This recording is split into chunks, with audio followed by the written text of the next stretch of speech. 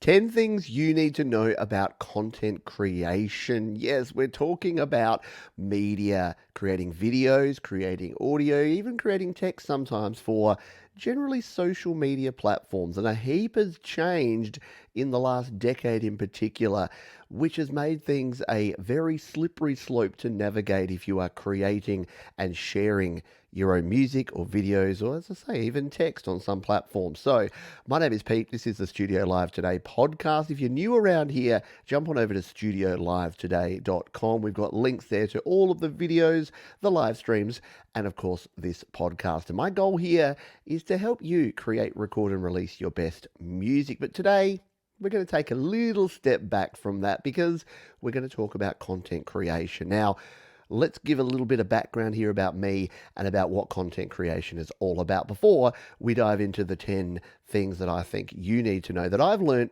from my time as a content creator. So, what is content creation? Well, it's this new kind of phrase that's been coined that explains people like YouTubers or TikTokers or Instagrammers or Facebook Live, I don't know, wherever you happen to be streaming video or creating and sharing video or even images or text or audio, it is all media. And what kind of happened around about a decade ago, or a little more than that now, is that media went from very mainstream one-way media to what we now know as social media. It's two-way, it's engagement that goes both directions. So we're not just talking about watching something on TV. We're talking about being able to interact with someone who's creating. So whether you're interacting on a YouTube video, on the premiere of this video, on my live streams, or you're watching a video and then able to leave comments or email that person, it is a social interaction. And this whole world of content creators, people like me,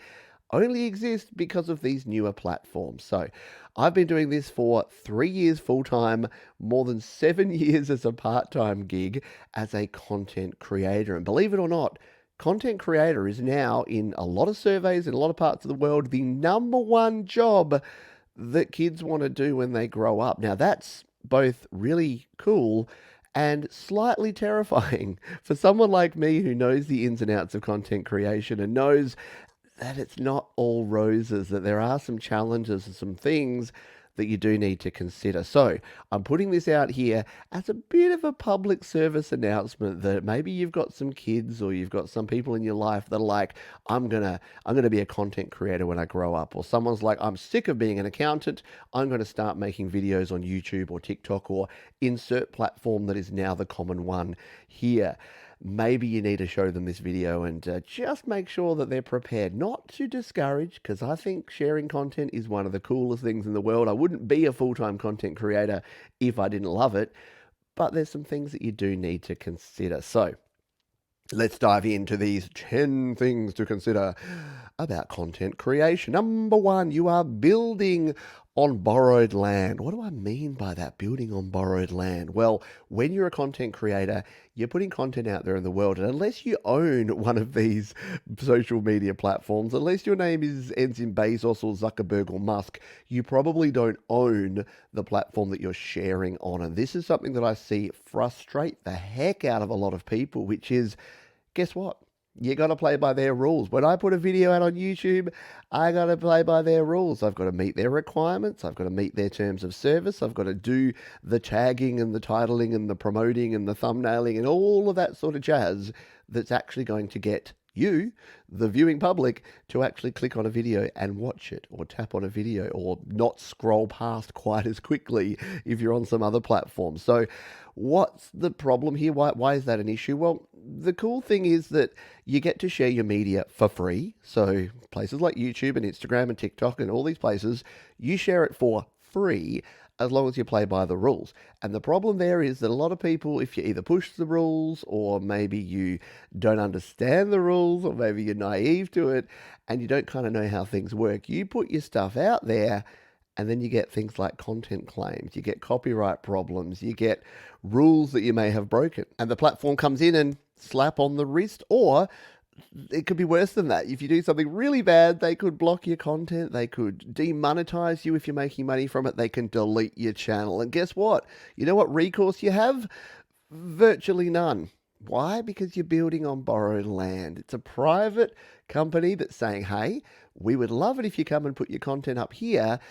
But if you don't play by our rules and you don't do the things that we expect of you and that we want you to do, we're absolutely within our rights to remove your content. So when people start creating content, it's really important to understand that what you're signing up for, the terms of service of each platform, the fact that they can change them, and they do change them.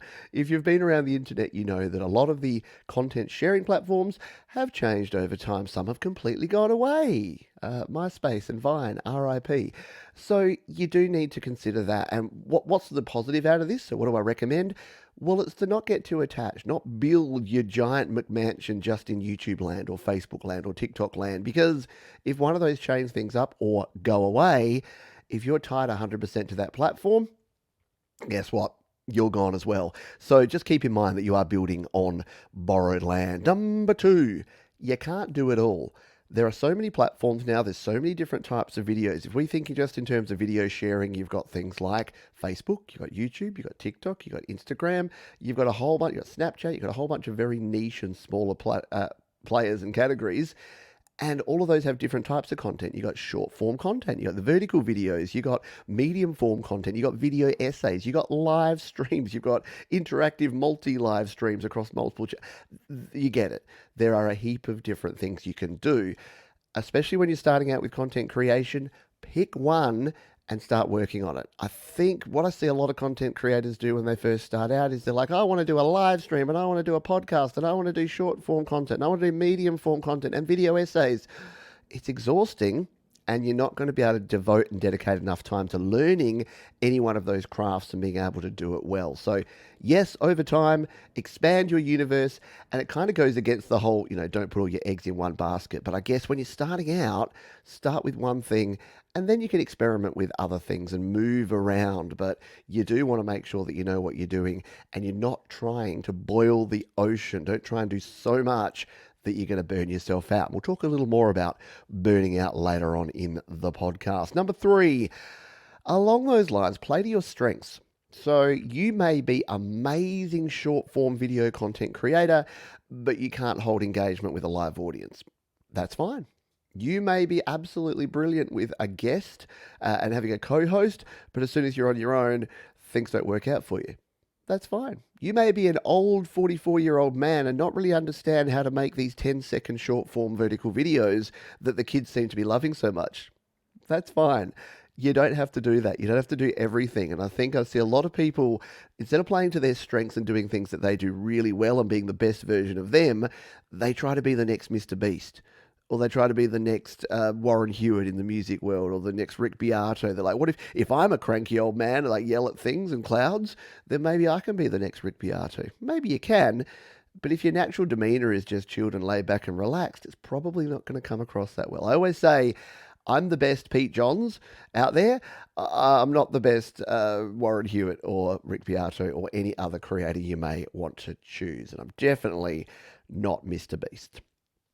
Number four, let's talk about the 80-20 rule. Now, the 80-20 rule applies across a lot of things, and you can look it up online. Go Google 80-20 rule. It's an interesting concept that works for a lot of things. But in content creation, I do the 80-20 rule. I refer it to this, that in my opinion, you should be creating 80% of content.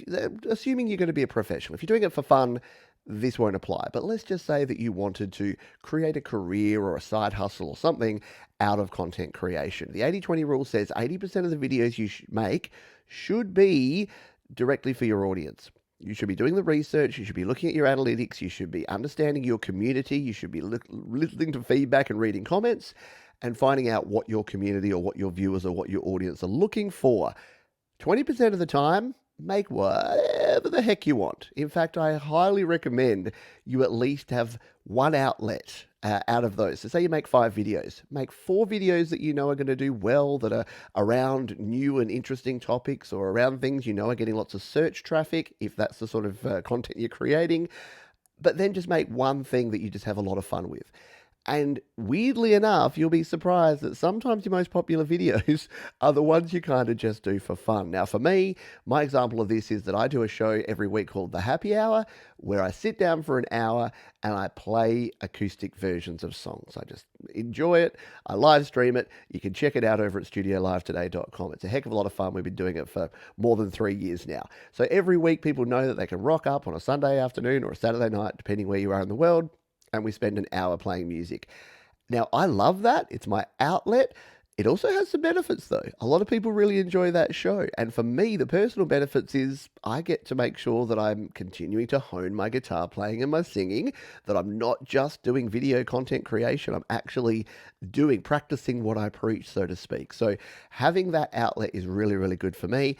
And as I said, quite often they're a popular show. And if I do particular shows, people seem to love, 70s and 80s and 90s music. We have a lot of fun over there on the happy hour. So keep the 80-20 rule in mind. Because guess what? If you're doing 100% stuff just for your audience and nothing for you, you might as well be an accountant. You might as well be doing any other job, because as much as it looks like it's cool, and it is on the surface, content creation still has all the same challenges of any other job. Once it becomes your job, you have all the behind the scenes stuff. You have all of the bills to pay. You have all of the admin to do.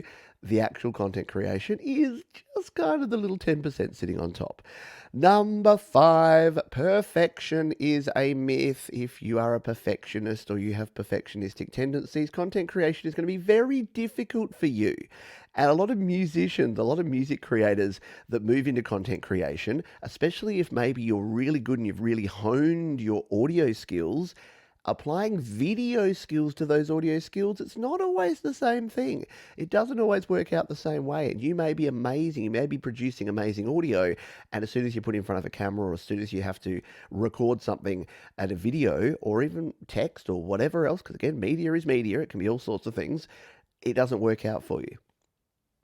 Guess what? That's fine. That's normal. And unfortunately, perfectionist, it's a myth. There's no such thing as perfection for a couple of reasons. Perfection is subjective. What I think is perfect, you might think is shite, and vice versa. And also, it's almost unachievable. Even if it was a real thing, even if you have your idea of perfection, it's going to take you a long time to reach it. Remember that 80-20 rule we just talked about? Yeah, that applies here as well, because a lot of the time, you can get to 80% quality in 20% of the time. That final 20% to go from like an A to an A plus, if you want to get all sort of academic about it, will take 80% of your time.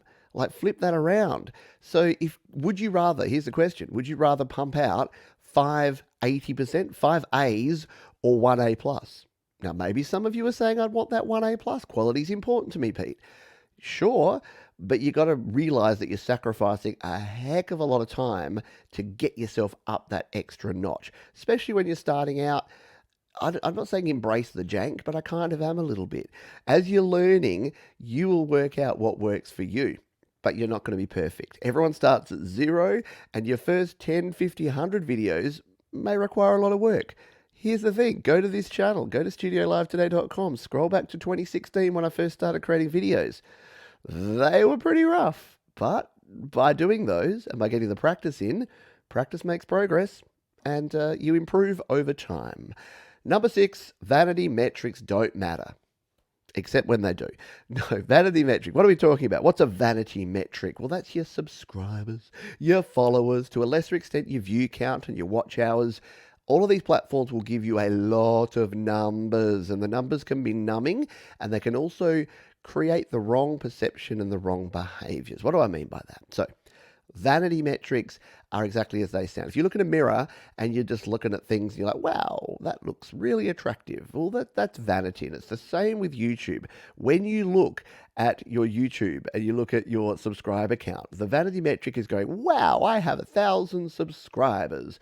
That's great. I have 10,000, 100,000, 1 million subscribers. They're vanity metrics because, yeah, while they are an indicator of your success and of your popularity and of how good a content creator you are, they're really kind of not. because it's just a bunch of people that have pressed a button. The actual important numbers are more around your engagement, more around the comments and the people that are liking, not just the physical act of ticking a little thumbs up button, but are genuinely liking you. Have you heard about the 1,000 true fans concept? Yeah, it's interesting. Go look it up. 1,000 true fans. It basically says that if you want to have a career, if you want to be an artist, a creator, if you have 1,000 true fans, people that are really engaged with your content, that will buy your album, that will spend a bit extra to be a patron of you, then that's basically all you need. And I've often said, if I had the choice between 1,000 YouTube subscribers that were all 100% passionate and 100% bought in to the goals and to the mission that we have here at Studio Live today versus 1,000,000 who were just like, I press the subscribe button. I like, comment, and subscribe, but yeah, I kind of get bored and I just move on to things. Of course, it's the first one, but a lot of people just think they get the numbers to the point where, unfortunately, a lot of new content creators make the massive mistake of buying subscribers or of doing the like for like or the sub for sub. I've talked before about why these are bad. If you want to do them, go your hardest, but here's a couple of problems. Getting fake followers doesn't actually do anything to your actual views count, which is what you really want. Even fake views doesn't actually really help because these platforms go in and they remove them over time because they do know it. They know the difference between 2,000 bot views that come in within 10 minutes and 2,000 genuine people watching your content. Maybe they don't catch it at first, but they will. And number 3, it's 100% in breach of the terms of service of almost every single platform. And if you get caught, the punishment is usually having your channel either struck, like get a strike on there, a community guideline strike, or terminated. You're gone. So is it really worth it just to get that little mini dopamine hit of a vanity metric going up by 10 or 100 or 1,000? Is that worth having to start again from zero? I would say not. If you want to go and explore those options, more power to you. But don't say I didn't warn you. Number 7, you need a break. Everyone, have a sigh, have a drink, and take a break, right? Because content creation can burn you out. Have you ever seen those burnout videos? It seems that every content creator that comes out of the gates, they come out at 1,000,000 miles an hour, especially, no disrespect, but the younger folks, because maybe they haven't really understood that success can be fleeting. The whole 15 minutes of fame thing exists for a reason. Most of those stereotypical things exist for a reason. So the 15 minutes of fame is a real thing. And a lot of people think that if they come out of the gates and they've got this hockey stick growth, which basically just means you're growing at this angle straight up, they just extrapolate that out and go, well, I'll go and rent the Malibu beach house and buy the Ferrari because look at this growth. But the problem with growth is that it's not linear. Usually does this. For those on the audio version, I'm going up and down. It's a wave.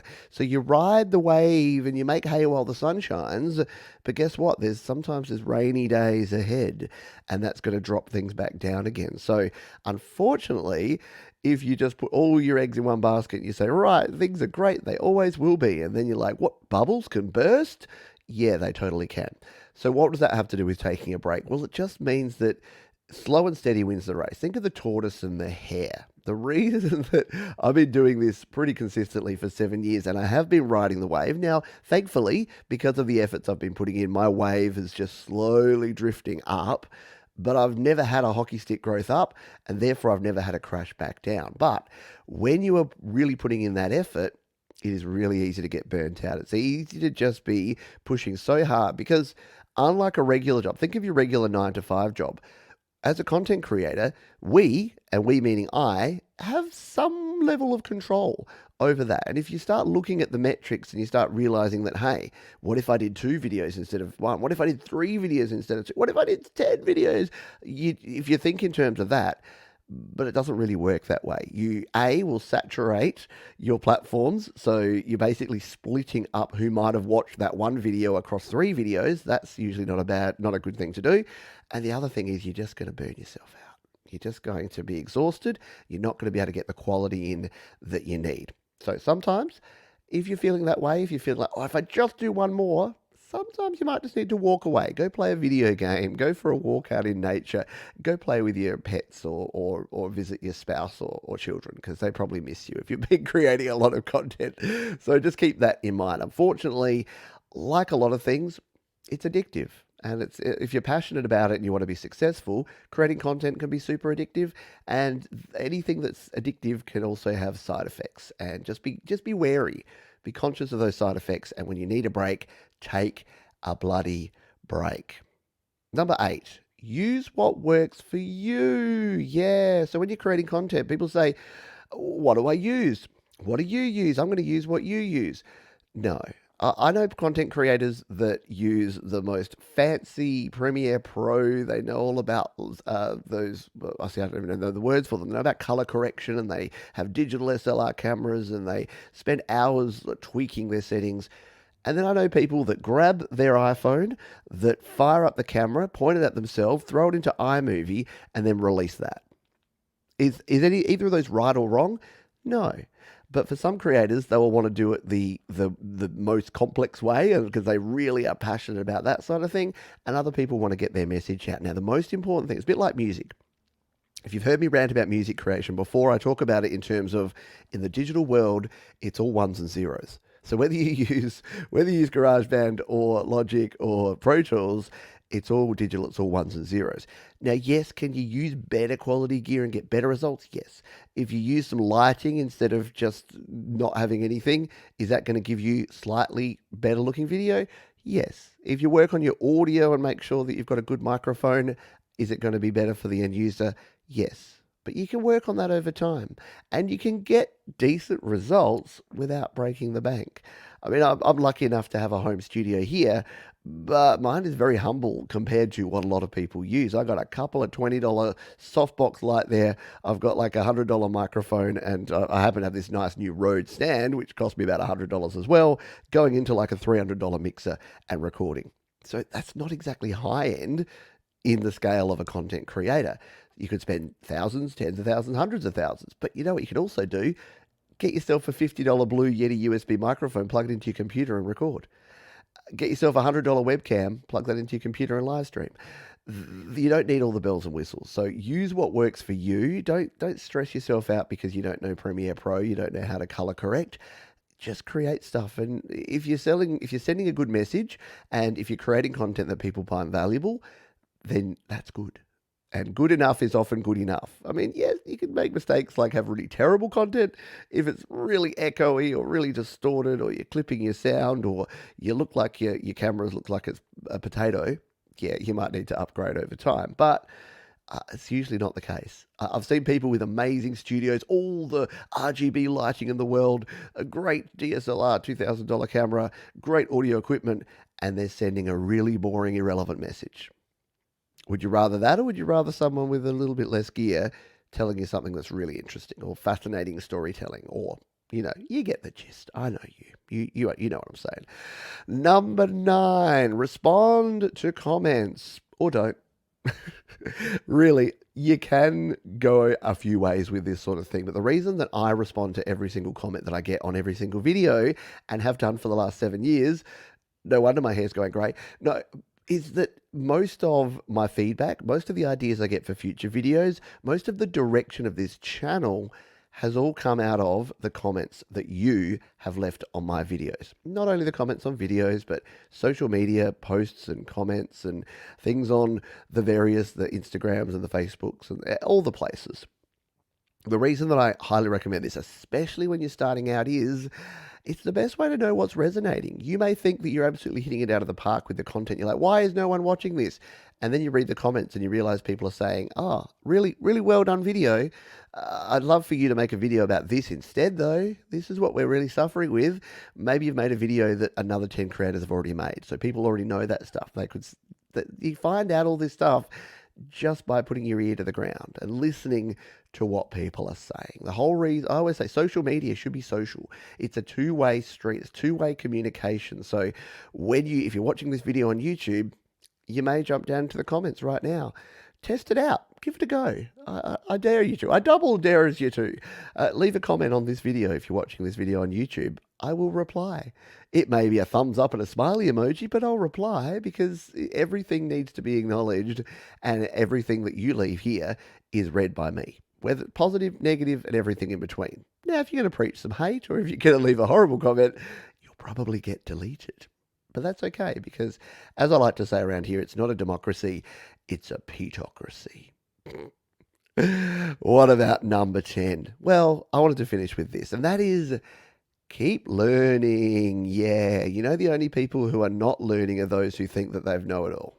So you know these people. You've seen them, you heard them, you know who they are, you know what media figures we're talking about here. People that think they're always right, that think they know everything, that think that everything they do is excellent and great and marvelous and wonderful and perfect. Yeah, they're usually the ones that have the most to learn because they've reached a point where they think they don't have to learn anything else. And we see this in professions, we see this in the audio world, and we definitely see it in content creation. So just when you think you have perfected exactly what you do, you've got your system down, all it takes is for YouTube to say, guess what? We're prioritizing short form videos now. Not that they'd ever do that, wink, but if that happens and your whole livelihood is based around long form, guess what? You might have to pivot, old man, he says to himself. You might have to learn how to use vertical video and do 9:16 stuff instead of 16:9. You may need to learn how to cut together some quicker cuts in your videos and add in some B-roll footage and keep people's attention. You might need to use TikTok. Maybe you don't, but you might. And that's the thing. Never stop learning. It's the same with music creation. It's the same with life, to be honest. I think without getting too philosophical about this, some of the biggest challenges and problems and conflicts we have in the world is that people have stopped listening and stopped learning. And based on the last two things that I've just said here, 9 and 10, if you're listening to what your community is saying, and then if you're learning what's new and what's happening and where the tide's going, you can skate to where the puck's going because your community's told you what they're thinking and then you're understanding what the platforms are expecting from you. So as a content creator, if there are two bits of advice that I would listen to of all of these last 10 little bits of ranting, I would say, listen to your community. They are your viewers. They are your audience. They are you. And then learn from that. Embrace that. If someone tells you something new, don't poo-poo it because it sounds like it's just for the young folks. I can't possibly do the Snapchats. Go and check it out. Maybe you'll like it. Maybe you'll be proven right and that you don't want anything to do with it. And that's fine too. But you never know until you actually check it out. That's my list of 10, but I would love to ask you, if you're a content creator, or if maybe you just consume content, what do you think? What are the 10 things that you would tell someone about creating content? Or maybe just one or two. Please leave them in the comments here if you're watching this video. Or if you're listening on the podcast, you can get in touch with me. I'm always open to emails and comments and suggestions. So hit me up, pete@studiolivetoday.com. And don't forget, you can head on over to studiolivetoday.com for all the latest and greatest. We've got our list of live streams there. We're in September 2023, so Songtember is happening, and all the tips and tutorials that you could possibly want about creating, recording, and releasing your best music. If you're listening on the audio version, I would love for you to leave a rating or a comment or a little review there on your podcatcher of choice. That's always a wonderful thing to do. And as we say at the end of each and every show around here, please be kind to yourself, be kind to others, including content creators, and keep creating. I'll see you next time on the Studio Live Today podcast.